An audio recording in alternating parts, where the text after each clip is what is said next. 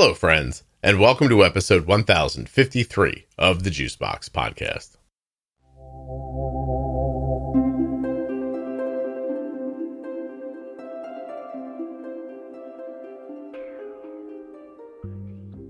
Today I'll be speaking with a paramedic named Justin, who has had type 1 diabetes for over 30 years, since he was 10 years old. Justin's very much into physical fitness, his family, and letting people know that diabetes doesn't have to limit them.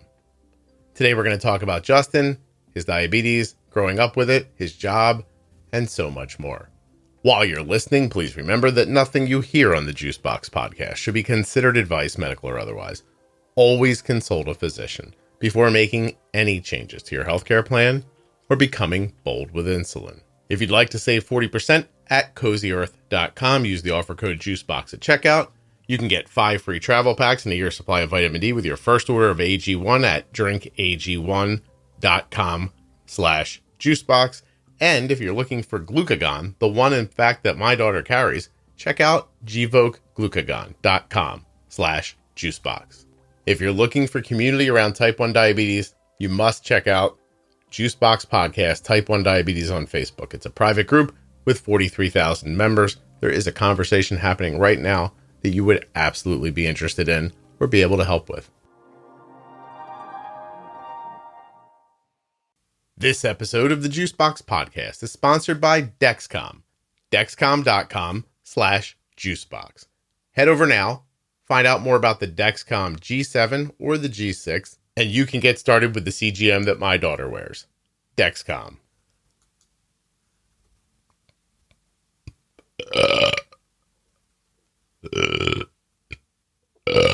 Oh my God, can you believe it?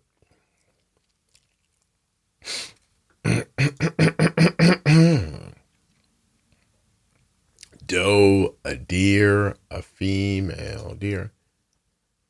The podcast is also sponsored by US Med. usmed.com/juicebox or call 888-721-1514.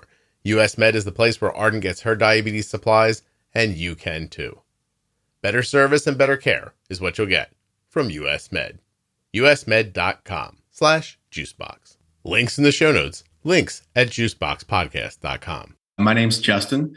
I live in the Pacific Northwest, Washington State. Have 2 young girls, Addison and Layla. Addison is 5. Layla is 3. Married. My wife's name is Lindsay, and currently we both are in healthcare. I work as a first responder at a local fire department, and then my wife is a physician's assistant.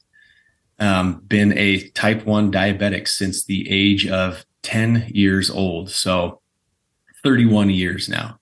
Wow. And that is why I am here chatting with you. Oh, that's excellent. Oh, wow. You've had diabetes for 31 years. Correct. Wow. Yeah. Wow. Okay. Happenstance completely. The person I interviewed yesterday was from the middle of Washington State. How weird is that? It is actually kind of strange because first of all, not everybody says where they're from. And now it's 2 days in a row and they're like, I'm from Washington. I'm like, oh, cool. Well, you were diagnosed a long time ago. You were diagnosed in a time of, did you make regular and MPH, or were you using cloudy or animal insulin? What were you doing? Yeah, I used combination. Mm-hmm. So I remember in the mornings taking 2 injections, one with the short acting, one with the long acting, the NPH, and then everything in between when I ate.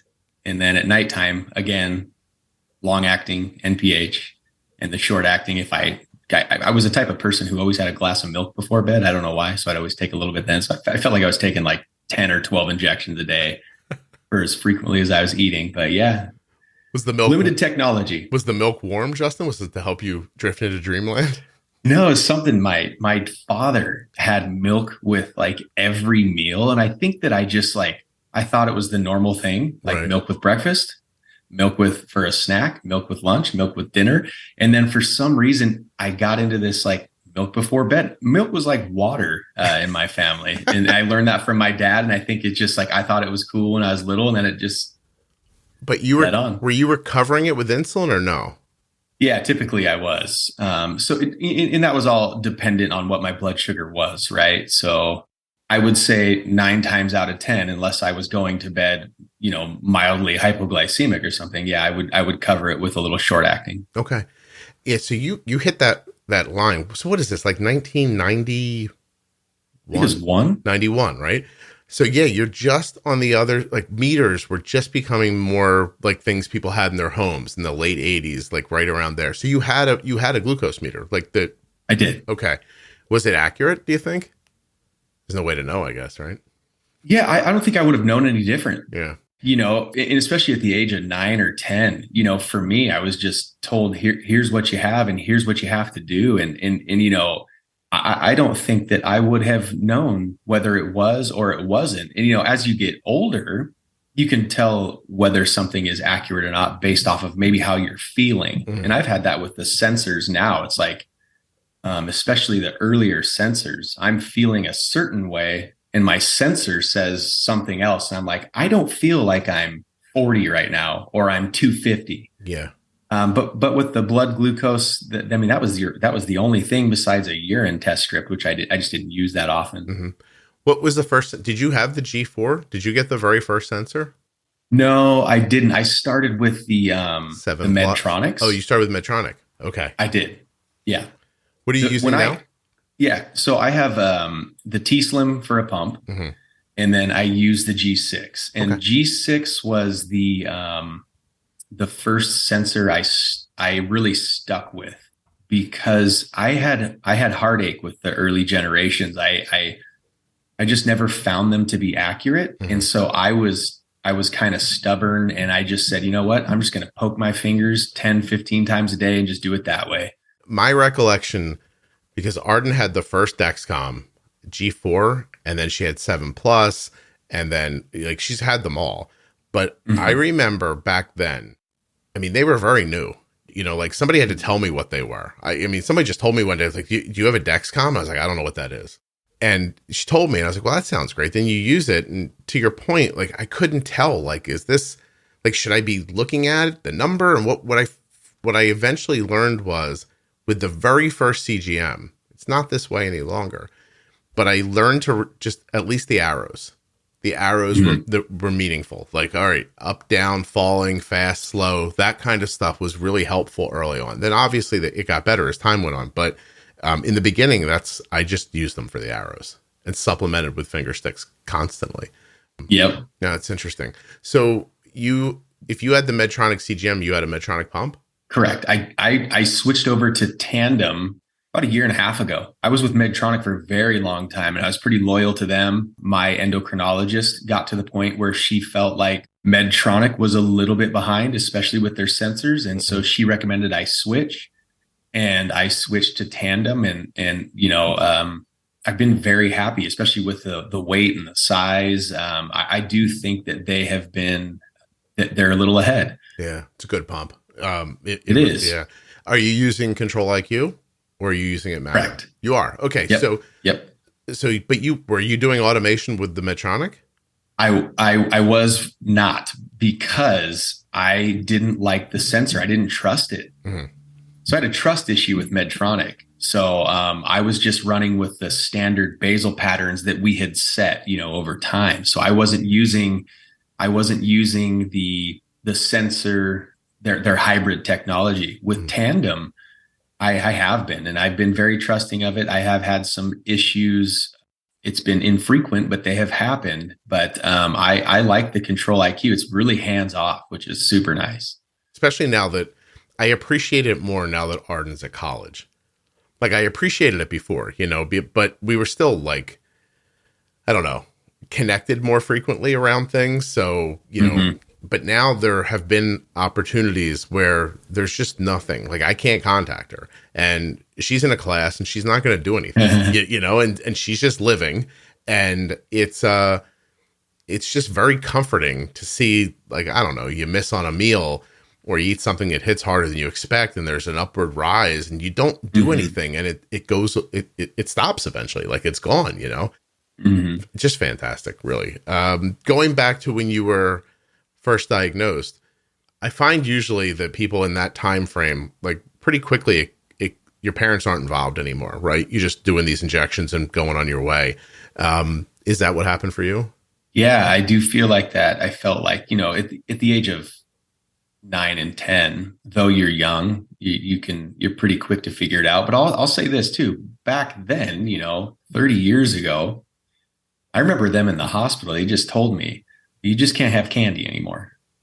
That was it. And I was and I remember asking like, oh, I can't even have a Snickers bar. Like that's pretty huge for a 9 or 10-year-old. Right. Sure. And I just was like heartbroken, but it wasn't that carbs were the issue. It was just that the simple sugars were, the candy were. So I was told to stay away from those. And I thought, well, it's heartbreaking, but that's pretty easy. Yeah. And I do remember my father, because I didn't want to do the injections. He helped me with those for like the first summer I had it. Mm-hmm. But by the time, I'm going into 5th grade, I think it was 5th grade, I have to do those things at school by myself. And I was, as far as I know, the only one. And they made me go to the office. I had to go to the office to check my blood sugar. I had to go to the office to do an injection. And the nurses and everybody were hands off. They're like, I don't know what this is. And so that was kind of weird for me, but I had to learn pretty quickly. Yeah. And, I wasn't nearly as efficient at managing it back then as I am now. And that's from technology and education standpoint, but I had to learn quick. I was picturing myself in 5th grade. I was like, I didn't like my teacher. I was in trouble all the time. Like, I didn't do particularly well in my classes. And I'm like, what if you gave me diabetes on top of that? I'm like, I don't even know what I would do. How did you measure outcomes? Was it just, I mean, I say this a lot, but you weren't dizzy and you were standing? Good day? Yeah. Like outcomes as in when I took insulin and your health. Which way am I trending? Yeah. Because think about how you think about your day-to-day health now with all this data, right? And think of it back then. Like what was the goal then?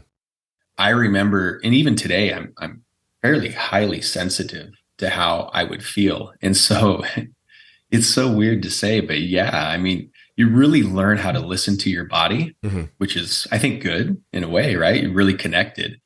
But I'll say this, I started really early and I never had an issue. And I was fortunate enough to have parents who had good insurance. So I had a lot of test strips. So I have always been, until the G6, I've always been a frequent tester mm-hmm. of my glucose. So the feelings were huge. Kind of understanding your body and listening to your body. But also I was a person who was testing at least 10 times a day. Yeah. So anytime you thought you noticed something, you would check. Yep. And that's just you, right? That wasn't instilled in you by anybody, I imagine. No, I think it's just me. Yeah. I think it is just me, because I'll say that, as far as I remember, they wanted you to test. When I say they, my physicians, and they were recommending you test often, but they weren't telling you to do it 10 times a day. Mm-hmm. So it was just me almost in it was probably a little bit of anxiety and a little bit of, I'm kind of a perfectionist. So that's in me to like, I'm feeling a little funny, or I ate this food that I know will typically send me to the moon. So I'm going to check it and check it and check it and check it. That all sounds like common sense to me. I'm just fascinated that you figured it out when you were a kid, like it's just, I mean, we were doing that before CGMs. Like I know the doctor looked at me sideways, but when we asked for test strips, I was like, I need at least like 12 or 13 of them a day. And she's like, for what? And I was like, well, I'm testing like before meals. She goes, right. And I said, and then like an hour after the meal. And she goes, why? You're going to be high then. And I was like, I think there's a way not to be high after that. I'm trying to figure it out, and I need to see all this information to figure it out. So she would look at Arden's logs in the beginning and say like, I don't know how to make sense of any of this. She's like, you're testing when people don't test. And I just like, well, yeah, because I want to know what's happening. I don't care if we start at 80 and end at 80. I want to know what happened in between, and they couldn't track with that for a long time. But now they do, obviously. In reality, is there any such thing in my mind as too much when it comes to your data and understanding what your blood sugar is doing? Because for folks who don't have diabetes, I mean, it's all time, right? Yeah. And so with a sensor, I know that the G6 and something like the Libre, it takes a peek at your blood sugar every, if 3 minutes, 5 minutes, or even sooner with the Libre, I believe. But I mean, in my mind, like, they should be applauding you for wanting to know that, right? It's always backwards. No matter what you say to a doctor, they're always behind the times, and you're always going like, trust me, this is a good idea. So, we were lucky enough to get them the test strips, and, our insurance covered it, which was terrific. But even now, like, thinking, like, people who don't have problems regulating their blood sugars, I don't care, type 1, type 2, it's never anything you're going to think about. It's just, you're going to live your whole life, and your pancreas is going to work like your toe. Like, it just, like, it does the thing it's supposed to do. But for people where it's not, knowing sooner is just the key. Even if it's pre-diabetes for type 2, like you want to see it because there's something you can do. And when you're type 1, it's every minute. Like, I don't understand the idea of, like, my blood sugar is going to go up to 300. I'm just going to ignore it. I don't feel well. I won't say anything. You know what I mean? I'm just going to live through this and see how it goes. And it's interesting that you came to it that way. Were your parents particularly healthy people? Exercising, they eat well? Everybody who has diabetes supplies, but not everybody gets them from US Med the way we do. usmed.com/juicebox or call 888-721-1514. US Med is the #1 distributor for Freestyle Libre systems nationwide. They are the #1 specialty distributor for Omnipod DASH, the #1 fastest growing tandem distributor nationwide, and they always provide 90 days worth of supplies and fast and free shipping. That's right, US Med carries everything from insulin pumps to diabetes testing supplies, right up to your latest CGMs like the Freestyle Libre 2 and 3 and the Dexcom G6 and 7. They even have Omnipod DASH and Omnipod 5. They have an A+ rating with the Better Business Bureau, and you can reach them at 888-721-1514 or by going to my link, usmed.com/juicebox. When you contact them, you get your free benefits check, and then if they take your insurance, you're off and going. And US Med takes over 800 private insurers and Medicare nationwide. Better service and better care is what US Med wants to provide for you. usmed.com/juicebox. Get your diabetes supplies the same way Arden does from US Med. Links in the show notes. Links at juiceboxpodcast.com to US Med and all of the sponsors. When you use my links, you're supporting the show. Now let's talk about the Dexcom G7. The Dexcom G7 is a small and wearable continuous glucose monitoring system. It sends real-time glucose readings to your Dexcom G7 app or the Dexcom receiver. Use my link, dexcom.com/juicebox to learn more and get started today. You will be able to effortlessly see your glucose levels and where they're headed.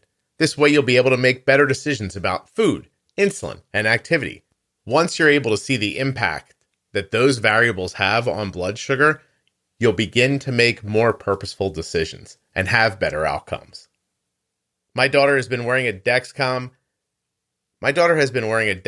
product for so many years, I don't even remember when she started. But today she wears the Dexcom G7, and it is small and easy, and oh my goodness, are you going to love it.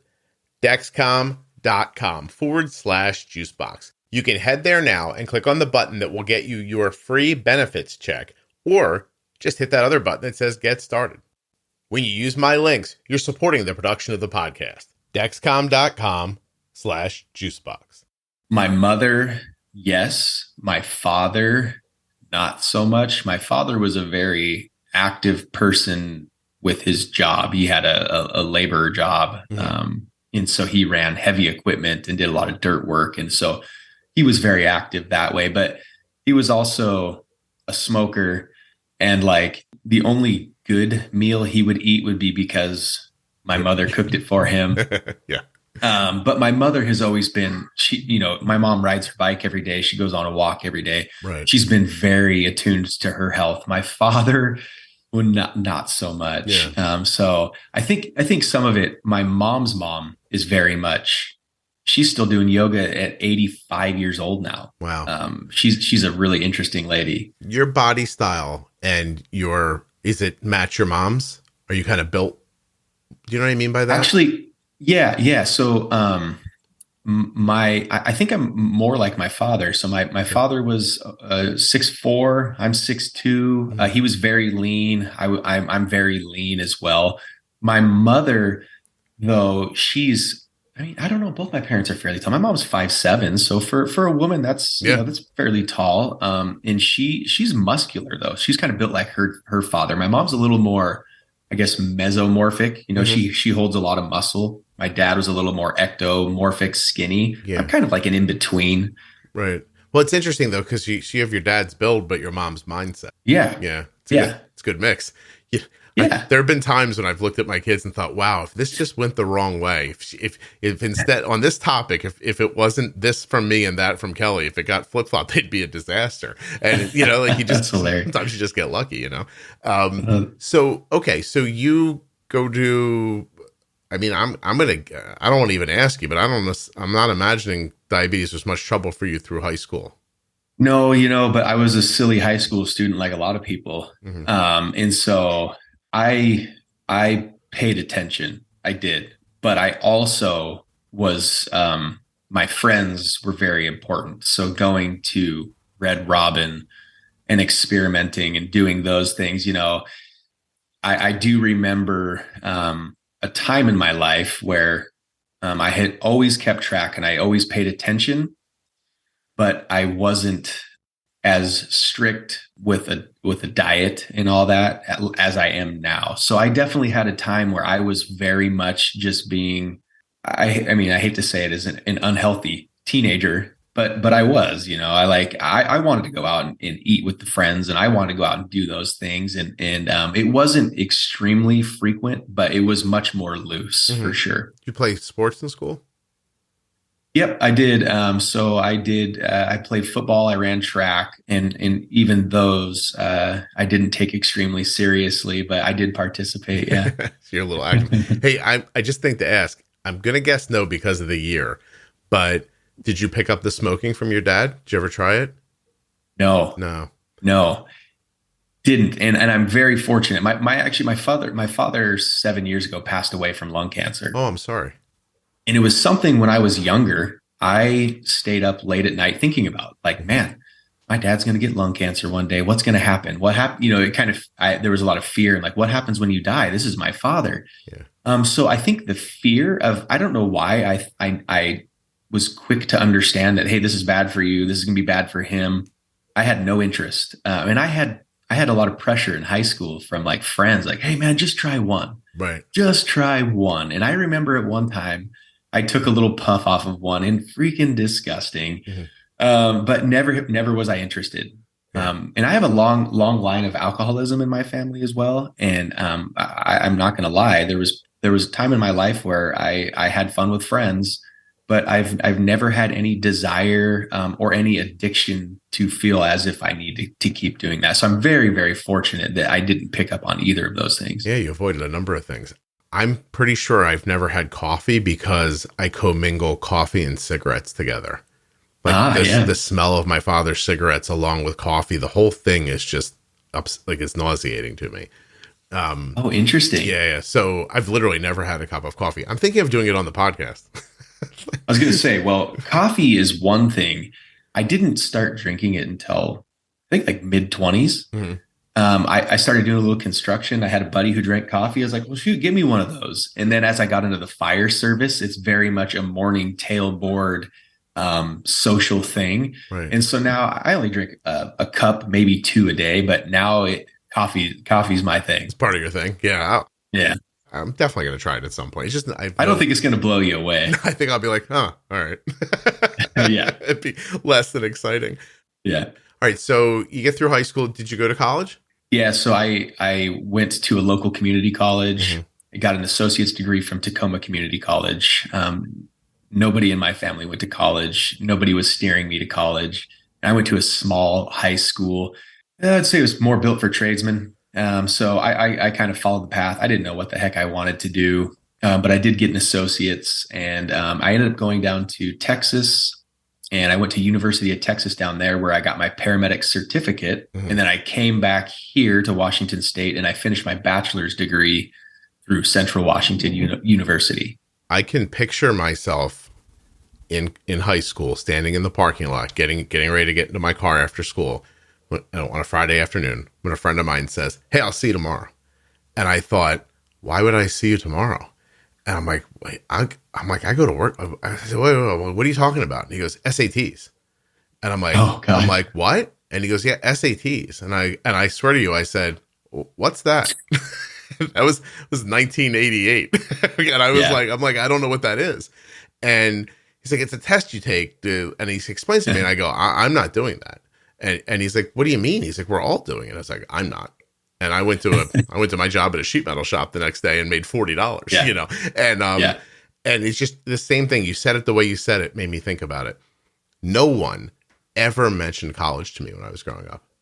They never once said, like, you know, after high school, you can, or nothing. It was stay alive and you can get a job in your uncle's, sheet metal shop when this is over. You know what I mean? And so, anyway, it's just the way you said it really made it ring for me. Okay. Yeah. How about, when did you meet? Maybe that's the wrong question. Let me ask you a little bit about dating with diabetes, because what if it wasn't your wife? And so, is that a thing that you share with women, or is it something you kind of keep private and show them a little bit of it? How do you handle that? Yeah. So early on, I felt embarrassed. I felt it was like, I mean, there just wasn't many people that had it, especially up into high school. So I never wanted anybody to know. It's like my friends did, of course, my close friends. But when it came to dating, I kind of felt like if I told them, they would view it as like, ew, or a weakness. I don't know why. Mm-hmm. So I was pretty quiet about it. As time went on, and as I got into college, and really, it was much more prevalent. Like to see someone walking around with a pump or a sensor on or whatever it may be. And so then all of a sudden I felt like I could loosen up a little bit because it was much more out there. But for a very long time, I didn't like people to know, because I didn't want to be viewed as like weak or different, or something like that, especially from like a female standpoint. I didn't want them to think like, oh, well, I wouldn't want to have a long-term relationship with him and get married and have kids because he has this thing. Right. And I don't want that to be passed on or deal with that. So I didn't disclose. It's in your mind though, too. Like I think it seems reasonable to me that would be something you would consider.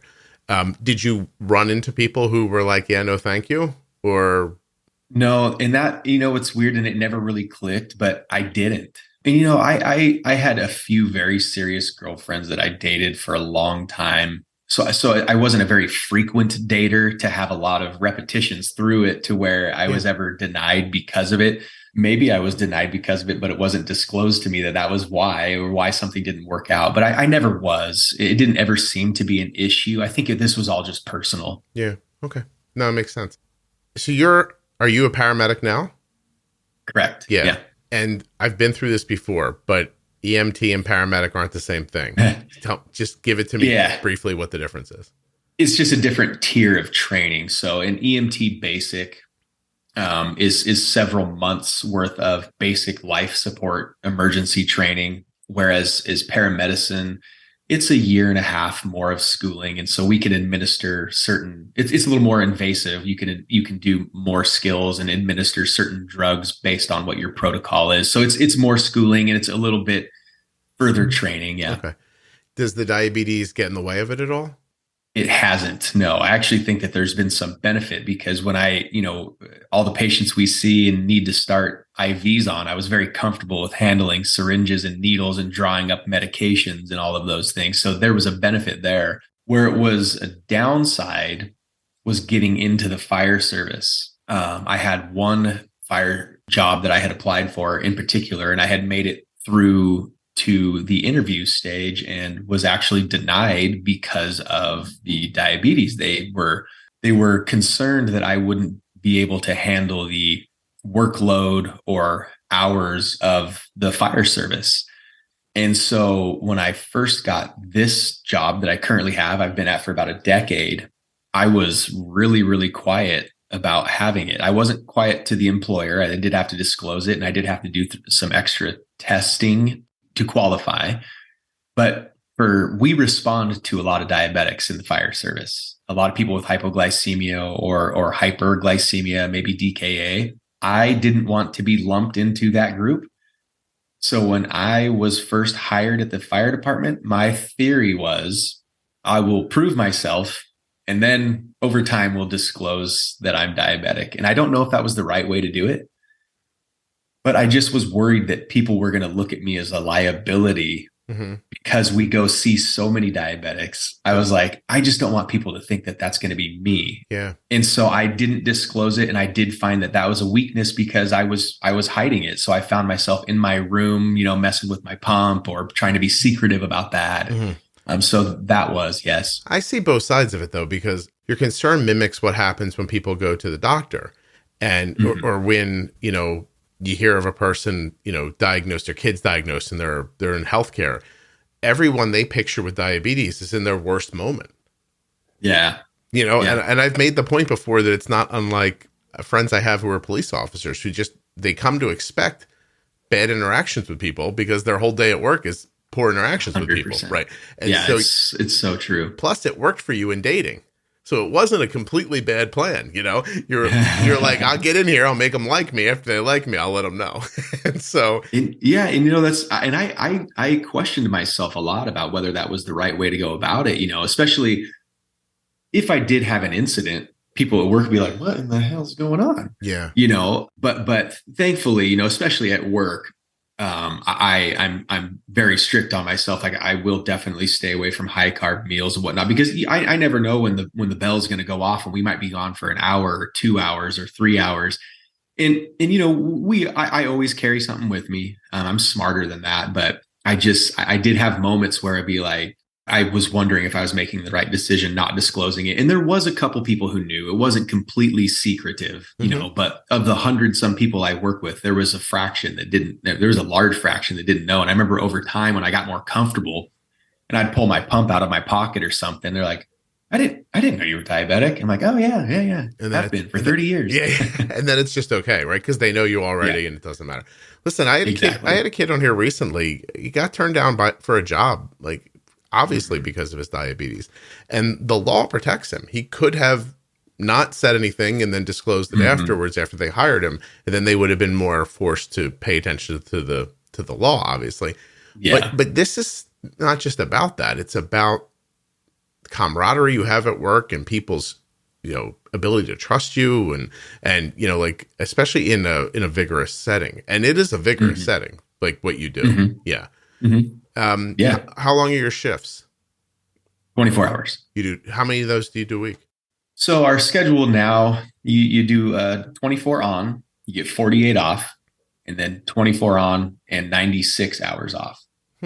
It's a pretty cool schedule. We're there, I'd say an average of 8 days a month or so. We have times where we work 48-hour shifts and we do trades and we pick up overtime, but you also get vacation and all that nice stuff. So it is 24 hours at a time. So it's like a second home for sure. Yeah. Well, that's interesting. I know that like people I'm close with, when they first got into police work, it was, it rotated 3 to 11, 11 to 7, 7 to 3. And then you'd have 2 days off and then just start over. It was like 7 to 3, 2 days off, 11 to 7, 2 days. And it's hard on people. Like oh man, I think people figured out that's just not a reasonable way to cover shifts like that. So 24 is not bad because you can sleep. If you guys aren't jumping, you can sleep, right? Yep, exactly. And I'll say that it's, you never know what your day is going to be like. You never know what it's going to bring. You never know what calls you are or you aren't going to go to. And that's kind of the fun. One of the most difficult parts of the job, I would say, is those late night hours when, I've had plenty of shifts where we were able to lay down and sleep the majority of the night. And it's great. You're getting paid to sleep, right? That's fantastic.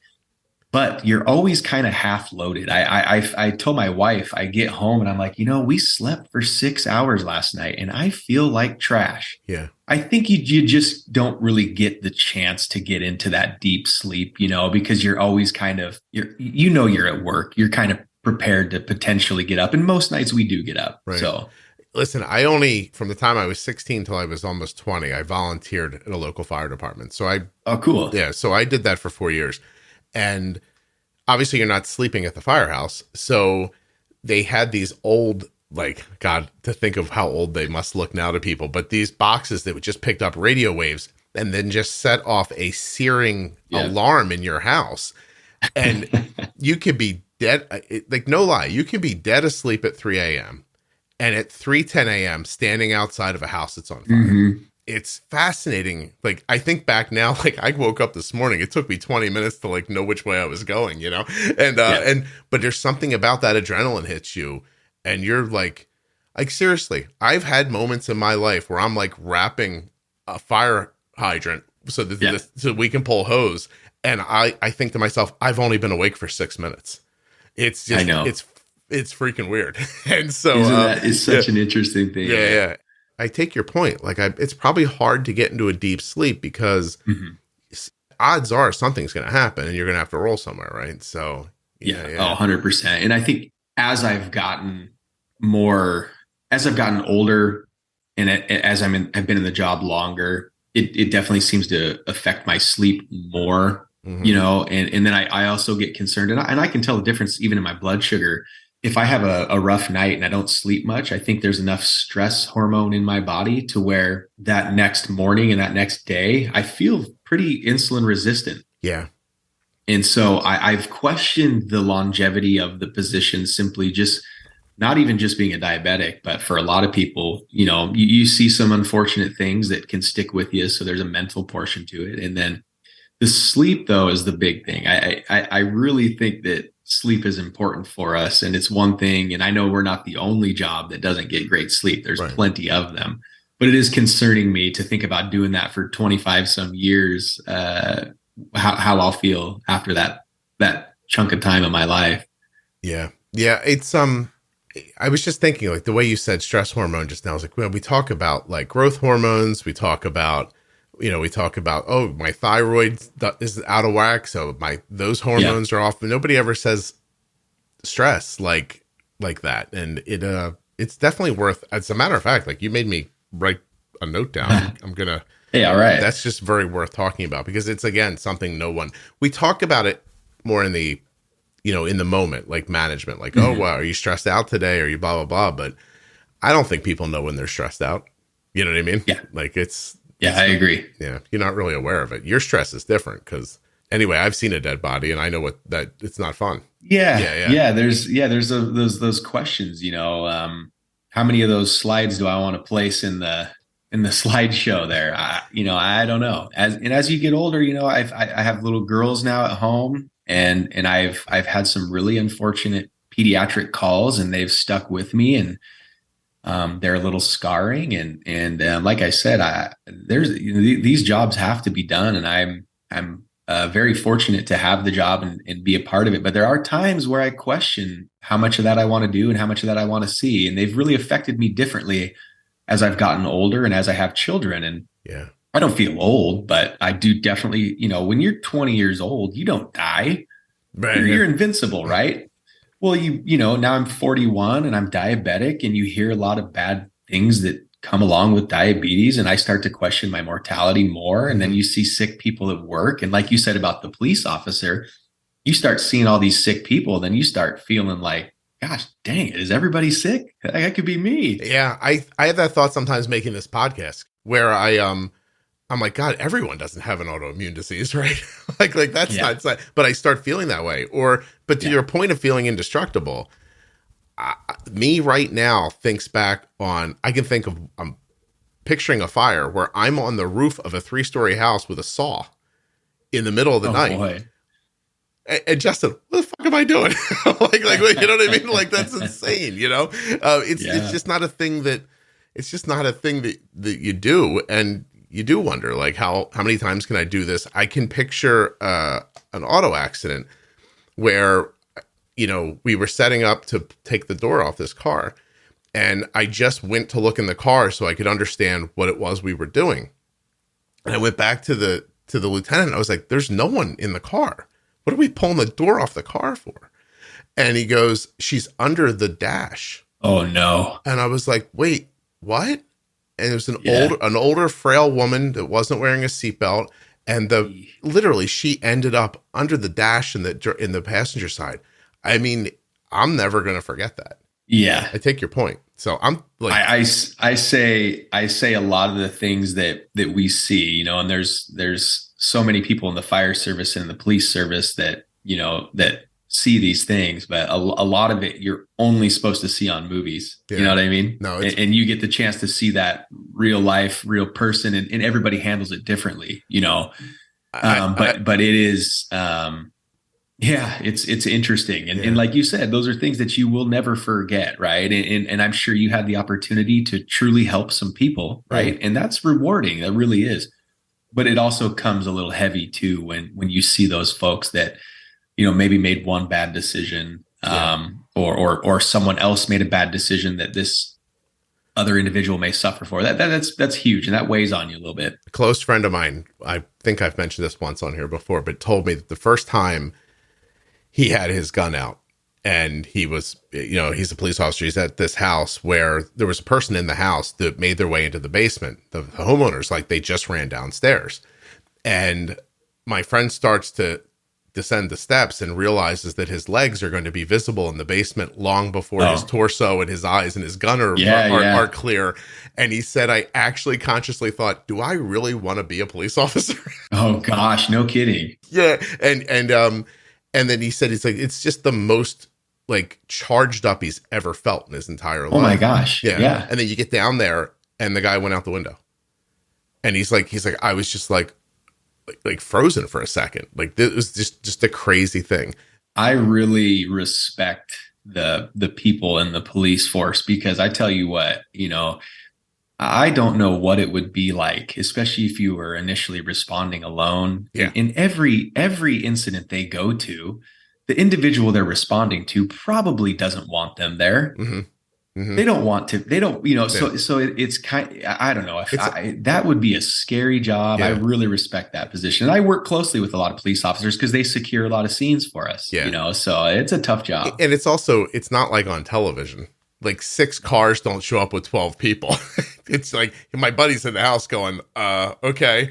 Like, I guess this is me. If it was me, I'd have turned to the lady and said, hey, bad luck. There's a guy in your basement. Now we ought to get the hell out of here, But he'll leave soon. Yeah. I'm sure he'll get bored.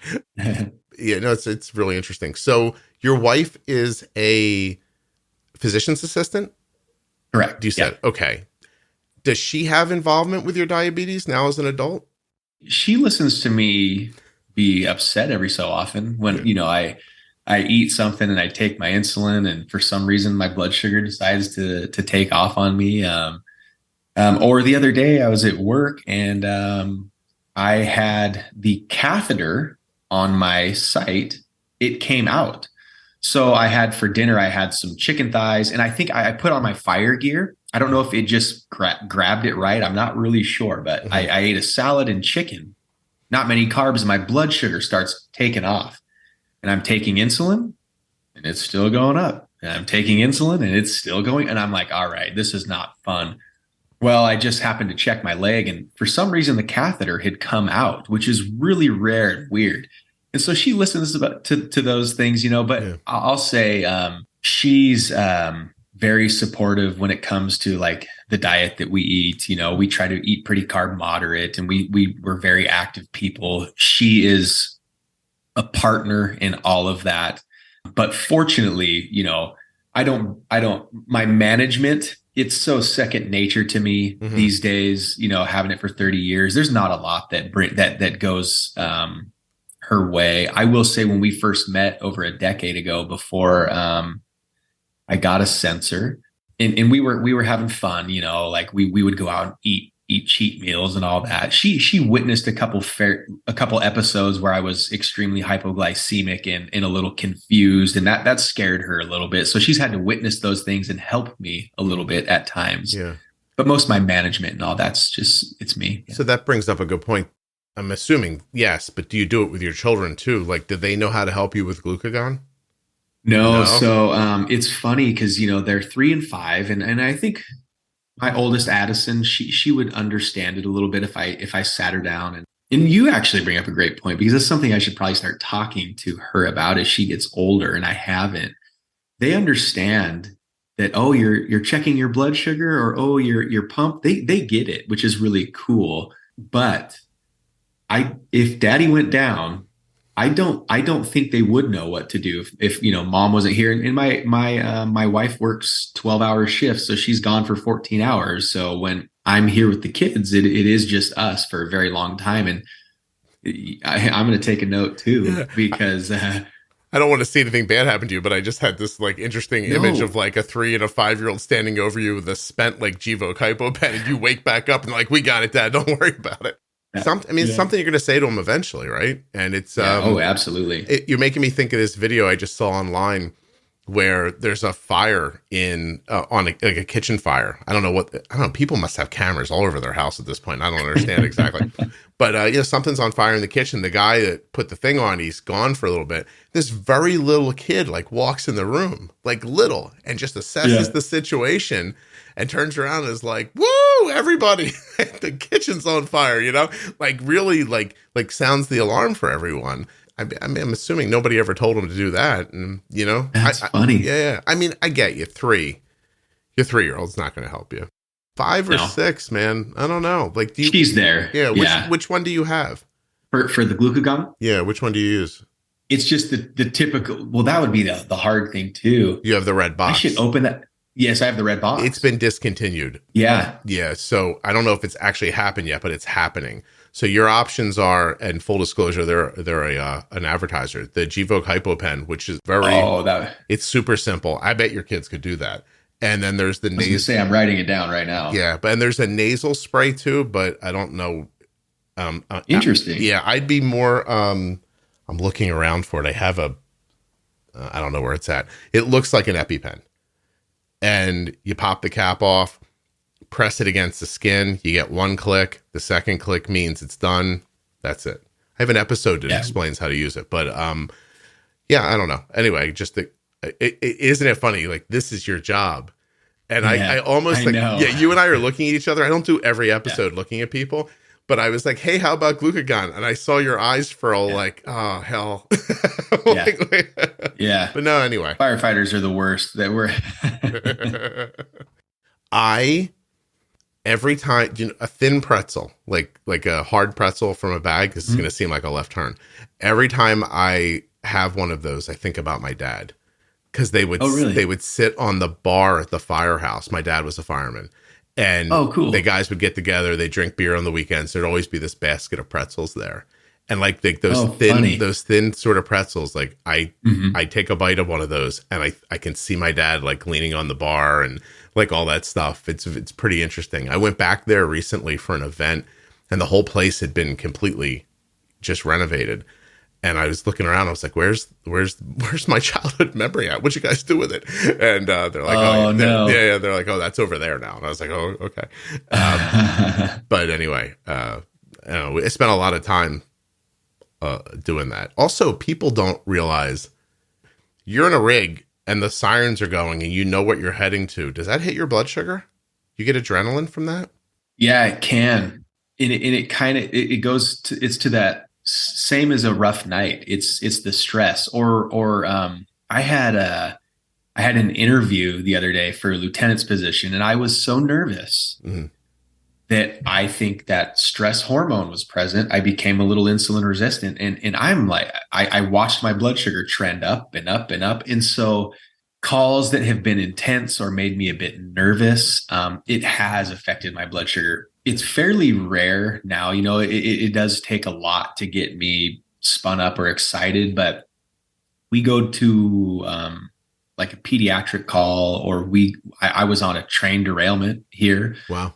That one spun me up a little bit too. I will post by an hour, 2 hours and all that. It will start to just naturally trend up in the wrong direction. So yeah, it most certainly does. Do you have any issues? I'm assuming your algorithm kicks in, but then when the adrenaline goes away, do you need to eat ever for that afterwards? I haven't had any issues. The only time I've crashed after an episode like that, a stressful incident, has been because I've been overly aggressive self-bolusing because I'm trying to get it down because I'm hungry or whatever it may be. And so then all of a sudden, you have your algorithm that's kicked in. It's not working fast enough for you. So then you self-bolus, and then all of a sudden you take off the wrong direction and you start trending down pretty rapidly. I've done that several times just out of frustration of like, gosh darn it, I want to eat or whatever it is, or I've been high for 2 hours or 3 hours, like just come down. So your pump wants to work a little more slowly and safely than that.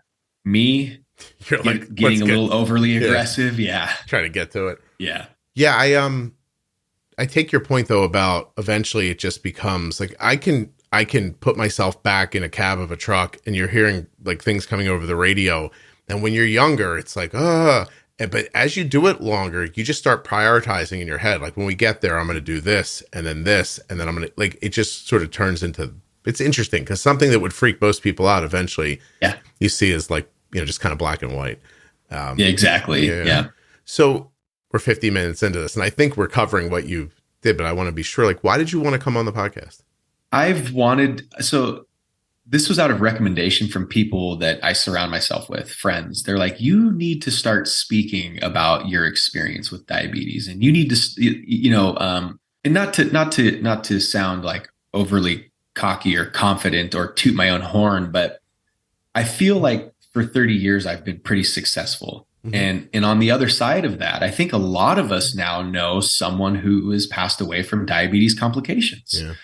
Or who is considered a fragile diabetic or whatever else. And so I've told myself I wanted to start volunteering my time and speaking to individuals like yourself about my experience and what I do.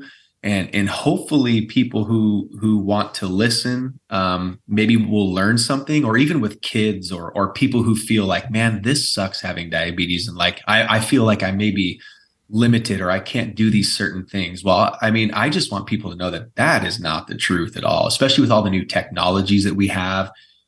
So for me, I just wanted to, and you know what? You taught me like, hey, you need to teach your daughters. You need to update your glucagon. So it's kind of those things. Like I'm hoping to catch something, but I'm also hoping to contribute. And that's my biggest thing is like an individual I work with, his son got diabetes at the age of 7. And he saw me at the fire service. And this was when very little people knew I had it. He came up to me, he goes, hey, I hear you have a secret. And I'm like, well, what secret are you talking about here? And he goes, well, I know you're diabetic. And he said, hey, I have a son who's diabetic. And he said, I want you to know that it's really cool to see you out here acting, participating and succeeding just like everybody else. Because he's like, that's what I want for my son. And so for me, it made me feel like, okay, I've done a pretty good job. Have I been perfect? Absolutely not. Am I still high sometimes? Yes. Do I still go low sometimes? Yes. Do I still eat crappy food sometimes? Yes. But I also pay attention. I'm very involved. And I feel like if I can get out and share my story and talk to people like yourself and learn a little bit, I hope that people will just see that like, okay, I can do it. I can do whatever I want. I'm no different. It's just, I always say that I'm driving a stick shift. Everybody else is driving an automatic. That's it. Well, what do you think the keys are to the path that you're on? I think it's just, you have to be very willing to put in the time and pay attention, right? I think a lot of us want the pill, right? Yeah. Like if your blood pressure is high, just give me the pill. If your cholesterol is high, just give me the pill. We all want to do the 8-minute abs or the 7-minute abs. Nobody really wants to do the hour in the gym. I think where the success comes is you have to be willing to put in the time to pay attention, really put in the effort, do a little exercise, prep your meals, don't eat. And like I said, I mean, from a mental standpoint, you got to go out with your friends and you got to eat Red Robin every so often or whatever. I don't know why I keep using Red Robin. Every time you say it makes me think yum. I know. Exactly. But I think it's just be willing to pay attention and be willing to put in the time that it takes to manage it, because it does take time. And I've had frustrations all the time. Mm-hmm.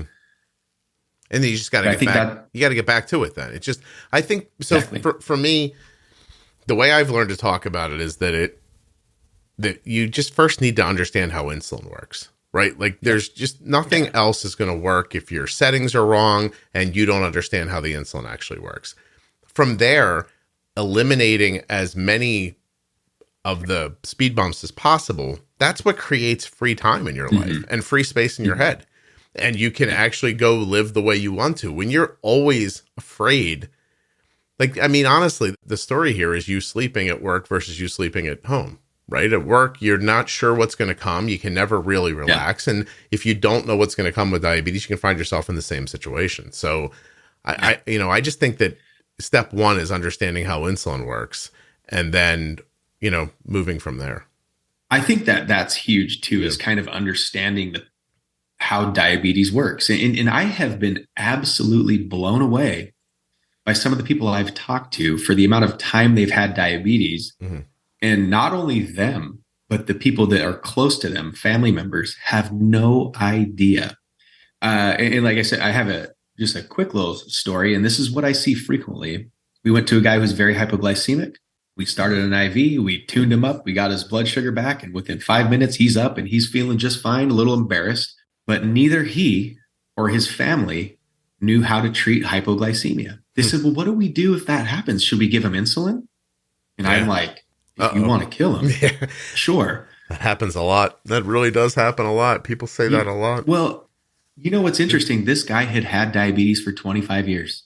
And the people around him, no idea? Huh. Not a clue. Not a clue. And so maybe he was a little more educated, but I have a feeling if the people that were around him had no idea, he's probably not far behind that either, right? Or far ahead of it. In the end, it doesn't matter anyway, because when someone gets dizzy, it's him. So, For sure. We don't want the dizzy guy being the only one with the information. So, well, listen, Justin, I get the vibe like you don't actually listen to the podcast, which is actually fine. I don't mind. But how did you find it? Yeah. So I did start listening to the podcast. Okay. But you're right. Before that, I didn't. And so I listen to a lot of different health related podcasts, but I have not listened to anything diabetic specific. It wasn't until I first reached out to you that I started digging in to find more specific podcasts. And even there's a camp local to us that I'm going to donate my time to for children that I started listening to podcasts like yours. And I don't know why, not that I know everything about diabetes or anything. Sure. I just felt, I don't know why I didn't listen to it, but ultimately, yes, I am new to it. And it was because I wanted to start sharing my story and learning and being surrounded in the community of folks like myself, right? To just start offering and sharing my experiences and learning from other people and how they're doing it too. Because I know there's people out there that are probably doing things differently than me that I can pick up some stuff from, or maybe doing it better than me too. So I think it makes sense. It just took me a while to get there. Yeah. No, I mean, I understand. I mean, the reason I make the show the way I make it is because it's my concern that people will, like, if we just got on and said the stuff, people would be like, this is boring. You know what I mean? Like, I'm okay. I got a 7.5 A1C. My doctor seems happy. Like, why am I going to listen to this? So I've tried to mix it in more with people's stories and then we slip the management in places and hopefully everybody kind of comes along for the ride. Like, there's a pro tip series that helps people with management. There's a Bolt Beginnings series that helps newer people. One of them that I'm really proud of is the Defining Diabetes, because there's, I don't know how many at this point, like dozens of terms that people just don't know. And think about it. Like, how do you not know how to stop a low blood sugar if you've had diabetes for 20? But it's fairly common. And it's people who are like, the one that always sticks with me is that a lady said, until I listened to your show, I didn't know I was on MDI. I also didn't know what MDI meant. Like, imagine doing something every day you don't know the name of.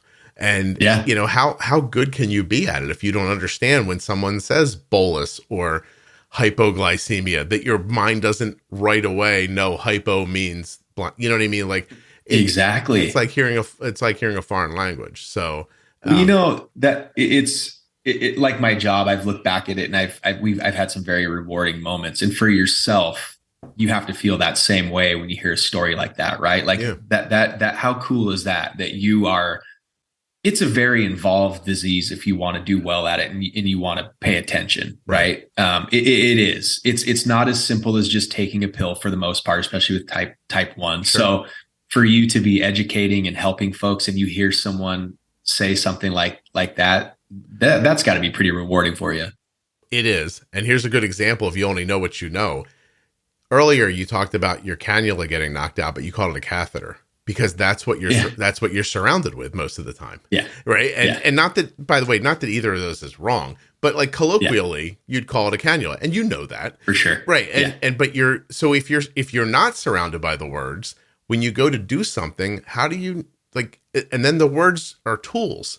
So if you don't have the tools, then how do you know what to do when you get into the situations? And I mean, the way the healthcare system's set up, no one's going to tell you any of that.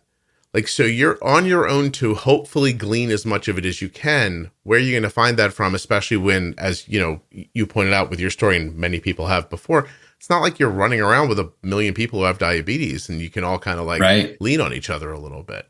You know what I really appreciate about your podcast, especially as I started listening to it, and I've felt this way when our physicians are overwhelmed, right? And whether that's a general practitioner or an endocrinologist or whoever it is that you see, they get about 20 minutes with you. Mm-hmm. In my personal opinion, it's not enough time. I can't tell you how many times I've spoke with my endocrinologist, which I really enjoy, but I feel like they're not going to remember the conversation that I just had with them 20 minutes after I'm gone. They're on from one person to the next and to the next and to the next.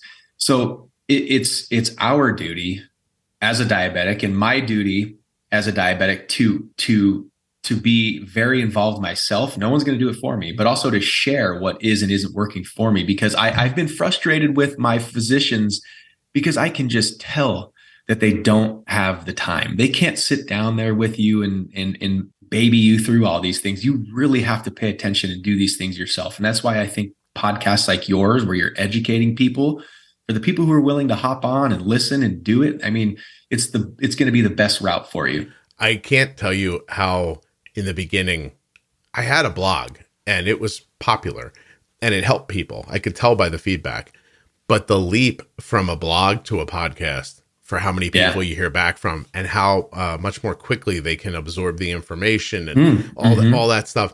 It's been it's crazy. I am honestly at the point now where if I don't hear from 20 people a day, I think the internet's broken. I'm like, is there something wrong with the internet? How come I'm not getting the emails and the notes today? I mean, I just take your point. It's a perfect distribution system for this sort of stuff. And I'm glad it exists, because you meet a person who was just diagnosed, and maybe I never say hi to them. Maybe I don't know them, but they know me and they know this conversation. And I just think about 20 years from now, when their life's just kind of rolling along, they'll have forgotten about me by then, which is absolutely fine. I don't want people mired in it. I want them to thrive, And it's very cool to think that you're impacting something like that had the real opportunity to go the wrong way. But your point about the doctor's appointments. So my son just got his first job and left the house, and my daughter's in college. And as soon as I was like, all right, I'm going to take better care of myself. There are things my body doesn't do well that I'm like, I've been ignoring this my whole life. I'm going to figure it out. But through making the podcast, we met an integrative endocrinologist that helps my whole family with their thyroid issues. And I thought, I'm just going to go to her. She's don't get me wrong, she's a cash doctor. You know what I mean? Mm-hmm. But here's the difference. My initial appointment was 90 minutes long. I sat in a chair. She sat next to me. We chatted. I went over my entire life health history. She took notes. She got done. She said, here are the 3 areas I think we need to do blood tests for. I can't believe I didn't run out of blood the other day when I was when I was at the lab. And when those tests come back in a couple of days, I don't have to go back and see her again. Mm-hmm. She's going to send me an email. Your tests are back. We're going to do the things we talked about here, here, and here. Is there a place I can send a prescription to? Or blah, blah, blah. Or do this. And it's happening. It's happening. It's happening. It's not like I see them, the test comes back. 4 months later, I have another appointment. I cancel it because my kid fell. And then it's 9 months later. And the doctor goes, we're going to have to run those labs again. They're too old. Yeah. Like it's that hell you get stuck in, you know? Mm-hmm. So, Mm-hmm. I mean, I don't know what we'll figure out or what we won't figure out. But I know for certain there's an honest, focused effort going into it. And I can still turn it into my insurance who will pay for most of it. So it's hard to find, That's, you know. as I say, it's rare that you have found that. And that's why, I've recently just had an appointment yesterday with a doctor who specializes in functional medicine, just because not that I'm not completely happy with my endocrinologist, but where I'm at, I feel like most of the times my visit for them is just to update a prescription. Mm-hmm. And they look over my trends. But I mean, when you're looking at 3 months worth of blood sugar data and you do it over a 15-minute period, I mean, what are they really getting out of it? Nothing. He looks at my A1C and he's like, oh, you're at 6.1. He's like, that looks really good. He's like, oh, I see you had a 40 in there. Don't be 40 anymore. I'm like, okay, that sounds good. He's like, was there anything else I could do for you? How are your prescriptions? Are they full? Like, well, I could probably use a refill on the Novolog. And he's like, okay, good. Well, hey, we'll see you in 3 months. Remember to get your blood work done. Yeah, he's your drug dealer. Sounds good. Yeah, really, he's your drug dealer, Justin. Yeah, 100%. You bump 100%. into him on the corner. He acts like he cares about you a little bit and gives you a prescription for a Gvoke HypoPen and some insulin, and you're on your way. And it's again, you made it more eloquently stated earlier. It's not their fault. Like, it's just the whole thing's like this. I had I can't say with who, but I got invited to grand rounds at a pretty prestigious hospital. So, like, I'm going to give the talk at grand rounds, right? And hopefully cool. That'll all come together. But while we were setting it up on the phone, I said, can I float an idea I've had to you that a lot of people have like heard and been like, oh, we can't do it. It's always around insurance. And I said, type 1s, type 2s also, but type 1s very specifically, stop seeing them 15 minutes at a time. Why don't you have them all come into an auditorium and talk to them for 3 hours? Why not do it that way? And then run around at the end and do the personal hand, whatever you got to do for insurance. I'm like, but they all have the same questions or they all have the same. That's a great idea. You know what I mean? Like, do it all at once. I say, let them sign something that waives their HIPAA rights if they want to like talk out loud or something like that. But that's a better way. It's a podcast in person. And that's a great idea. Yeah. And I've said it to a couple of hospitals. Some of them are like, oh, it's insurance problems. It's HIPAA issues. But the last time I said it to somebody, the person on the other end of the phone said, boy, I've thought about that too. And I'm like, you should do it. You should do a pilot program with 20 people, and see if you can't see a measured difference. So anyway, there's a free idea for everybody. That's awesome. I kept you longer than I said I was going to. Are you okay? No, I'm absolutely fine. Okay. Yeah. All right. Is there anything that we haven't talked about that we should have? No, I think for me, and hopefully in the future, I'll jump on here with you again, but for me, it was just wanting the chance to get on and just chat about being a type 1 diabetic and 30 years or 31 years is not the oldest living diabetic out there and not the longest by a long shot. But I just want people to, for me, I want people to know that you can be successful. There's a lot of great technology out there. You can do anything you want to do. I mean, I'm a very active person. We travel a lot. We do a lot of fun things. You're not limited by anything. And so for me, that's kind of my big thing is just being able to hop on with individuals like yourself, learn a few things from you, share a few things about my life, and hopefully like you, educating people, and people say, wow, that's great. I can't believe that I didn't know that. Now I know that. Yeah. I'm hoping people will catch something from me. Well, I think they will. This is a terrific conversation. Do you have like social media where people could find you? Yeah. So I just have a personal Instagram account, and it's at J Maurice. That's my middle name. It's JMAURICE 81, my birth year. Give it to me again. I'm going to look it up. J Maurice 81. It's JMAURICE AURICE 81. Were there 80 other Jay Maurices on Instagram? You wouldn't think that there would be, but just Jay Maurice wasn't available. And most of what I post on there is my young little daughters, because they're more fun than me. Yeah. All right. Well, cool. I hope people can reach out and find you there. I really do appreciate you doing this. Thank you so much. Yeah, Scott, it was nice to meet you, and I hope, like I said, one day in the future, I hope we can chat again and stay in touch, and maybe I can bring you some information, and I can learn from you. And like I said, I've started listening to your podcasts, and I've been more focused on that, because for me, wanting to be more involved and hopefully deliver education and continue to learn things, and especially show young children that hey, I was young too when I had it, and kind of a look at me now. I hope to stay involved, and I hope to chat with you again. All right. I'm going to just ask you one more thing before you go. I appreciate all that. Sure. How the hell did you get Maurice as a middle name? Oh yeah. Right. I know. Not very typical. And it wasn't who is it? A family name? Well, my dad's best friend's name was Maury. And so they originally wanted to name me after my dad's, not my mom, but my dad and his best friend wanted to name me Maury. And my mom was like, no way. She stuck up for you, huh? Yeah. So somehow they came up with Maurice, and it landed as my middle. I have 3 first names. My last name is also a first name. So. Well, I can't believe I'm going to say this, but your episode title might be what is that line from that song? Hippopotamus of Love, or however he said it. Yes. In the Joker, right? The Steely Dan song, I think it is. Steely Dan. Is it not Steve Miller? How do you not know it? No, it's Steve. It's Steve Miller. Yes, you're right. Yeah. I'm like, am I barking up the wrong tree here? I think it's in the Joker, right? Everybody calls Some people call me Maurice. Some people call me Maurice. Yeah. Well, that might be your episode title. Hey, I love it. No, that's really wonderful. I have said it before, and I'll say it again. My middle name is terrible, and I'm never going to say it on here, maybe on the last episode, but I'll tell you when we get off. So thank you very much for doing this. I appreciate it. You got it.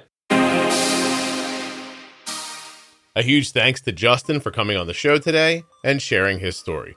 I also want to thank Dexcom. Dexcom.com/juicebox. Head over now, get yourself a Dexcom G7 or maybe a G6. Of course, the podcast was also sponsored today by US Med. You can get your diabetes supplies just the same way we do at US Med. As a matter of fact, I'm going to do something with you right now. I got an email the other day that Arden's Omnipod supplies were ready for filling. I found the email. I've clicked. According to our records, your prescriptions or supplies are due for refill, blah, blah, blah. Check my address. Reorder. It's done. usmed.com/juicebox or call 888-721-1514. Hand to God, as they say, I just reordered Arden's Omnipod supplies through US Med in the time that you heard me do that. Honestly, I'd kind of forgotten about the email. It arrived the other day. I was just downstairs a half an hour ago. My wife's like, hey, there was a phone call from US Med about reordering supplies, which means the email came after I had it for a few days and I didn't reply. They started calling my house. My wife reminded me. I came up here, found myself making this ad completely just randomly, and you listened to me reorder the Omnipods. That's how long it took. Thank you so much for listening. I'll be back soon with another episode of the Juicebox Podcast.